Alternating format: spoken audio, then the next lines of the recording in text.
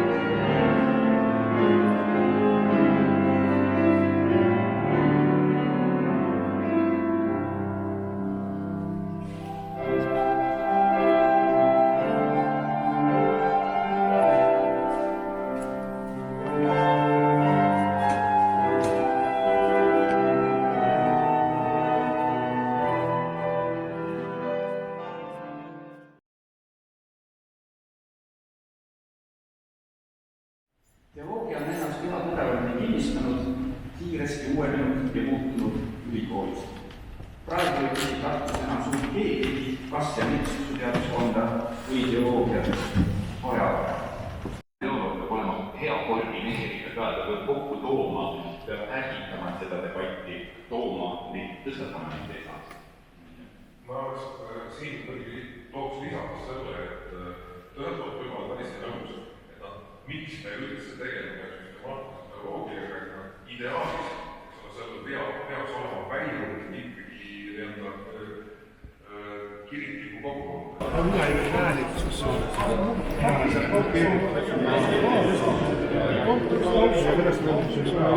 Kõik teemad rohkem, eks ole. Siis Jeesus sündus on olnud.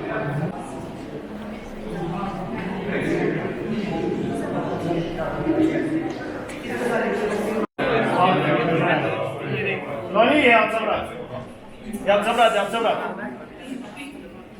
Mul on hea meel öelda paar sõna selle näituse kohta või selle püsiekspositsiooni kohta, mis nüüd juba mõned päevad on olnud meie trepistikus üleval ja jääb siia loodetavasti igaveseks ajaks.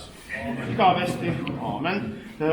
Aga kõigepealt siis mõned sõnad selle mõtte teostamisest, mis viib meid tagasi sinna kuskile 3, 4, 5 aasta tagusesse aega, kui me Marju Lepajõega istusime ühes kabinetis ja mina loengusse minnes võtsin kaasa ühe sellise käärilõike. Ja selle peale Marju ütles, et aga meil oleks ju vaja selliseid kõikide kohta. Nüüd siin teie ees on siis kokku 24 usuteaduskonna endist ja praegust töötajat. Olge mureta, keda siin veel ei ole, küll te siia varsti ilmute. Kunstnikuks on raamatukujundaja Kalle Toomsaar.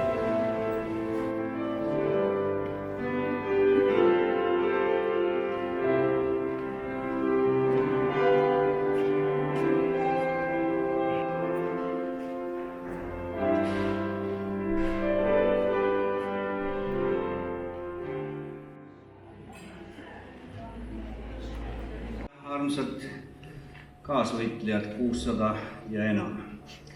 Kõigepealt ma tahan kasutada võimalust ja anda edasi tervitused kogu meie Tartu praostkonna poolt ja Eesti Evangeelse Luterliku Kiriku poolt tervikuna, mis on olnud just selle õla alla panijaks usuteaduskonna avamisel. Minu teoloogiaõpingud algasid aastal september 1970 ja meie arusaamise järgi olime meiega juba sel ajal Tartu Ülikooli usuteaduskonnas. Usuteaduskond oli küll kinni pandud, aga hea sõbra Andres Põdraga koos me kasutasime alati kõiki võimalusi käia Tartus. Minul on hea meel olla siin jutuhoos oma kursuse vennaga, Lauri Hussariga ja see, mis mind huvitab, on see, et kust 30 aastat tagasi üks Võru poiss äsja keskkooli lõpetamas või lõpetanud sai üldse teada punkt 1, et Tartu Ülikoolis on usuteaduskond taastatud ja teiseks sai indu sellesse astuda. Räägi natuke. No minu jaoks oli see kindlasti seotud väga pöördeliste aegadega, sellepärast, et kui me meenutame, mis juhtus 89, 90, 91 aastal, siis kõik see, mis Eestis toona toimus väga kiiresti. Ja 91. aastal lõpetades keskkooli, siis mul oli plaan selge, et ma lähen õppima Tartu Ülikooli ajalugu. Ja samal ajal, kui ma lõpetasin keskkooli, siis ometigi mind natukene huvitas ka teoloogia, huvitas usuteaduse seda põhjusel, et meie keskkooli viimases klassis oli meil usuõpetus. Niivõrd ootamatu, kui see ka ei ole. Toonane koolidirektor leidis, et koolis võiks olla usuõpetus ja Kanepi koguduse õpetaja Jüri Vallo oli meie usuõpetuse õpetaja ja ma arvan, et ta saavutas klassiga väga huvitava kontakti, meil toimusid alati väga põnevad diskussioonid ja lõppkokkuvõttes see ometigi avas meie kõigi jaoks maailma. Et sellel hetkel, kui ma olin viinud oma pabereid Tartusse ajaloo teaduskonda juba sisse, ma olin juba valmistumas ajaloo teaduskonna eksamiteks ja sisseastumiseksamiteks, siis ometigi miski asi minus kahtles. Ja ma võin nimetada seda otse ilmutuseks, et ühel bussisõidul Tartust tagasi Võrru ma ometigi sain aru, et midagi on nagu valesti, et ma peaksin tegema oma elus mingisuguse kannapöörde, ma peaksin tegema midagi teistmoodi ja siis ma sõitsin Võrru jõudes koheselt, sõitsin tagasi Kanepisse, rääkisin Jüri Valloga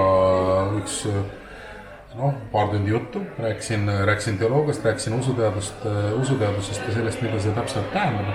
Ja siis ma järgmise bussi sõitsin Tartusse tagasi, võtsin oma pabereid ajalooteaduskonnast välja ja viisin usuteaduskonda sisse ja see on otsus, mida ma ei ole siiamaani kahetsenud.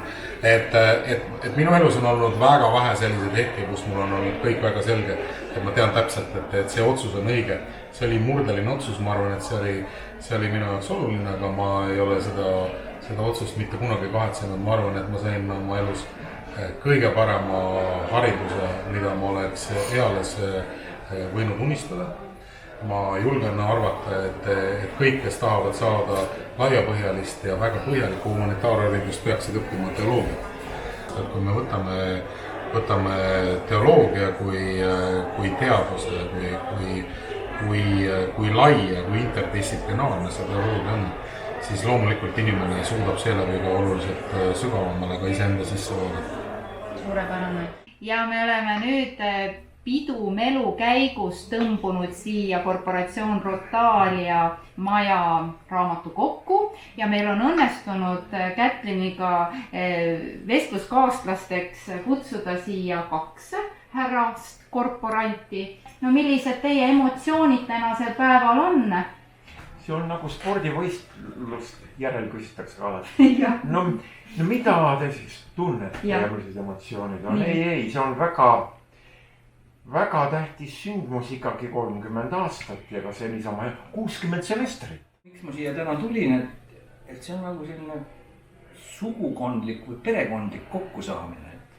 Et need kursusekaaslased ja ka õppejõud, et nendega on ikkagi veedetud mingi oluline hetk.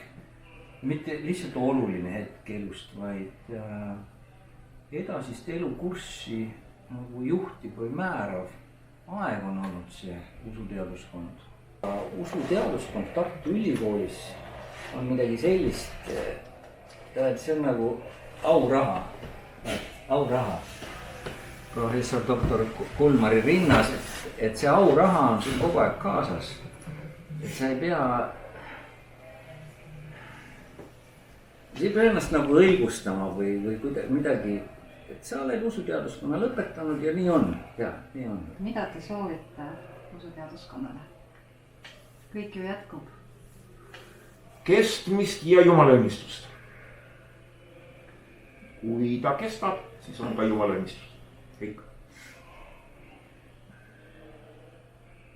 Ega mul siia midagi lisada ei ole, aga ütleme sellise praktilise kohaliku vaimuliku juhina mina nagu sooviksin näha, et Tartu Ülikooli usuteaduskond, mis on selle luterliku ürgjuurega, suudaks meelitada ja kasvatada ikkagi meie rahvakirikule väärikat vaimulikkonna. Just nimelt sellist väärikat, akadeemiliselt motiveeritud, kellel oleks kogudusele tuge pakkuda ja sõnumit anda. Vastasel juhul meil kirik rikastub pigem selliste vaimuliku moodi tegelaste poolest, kellele lihtsalt tundub, et see amet on huvitav pidada ja kellel puudub selline teoloogiline sügav akadeemiline põhi.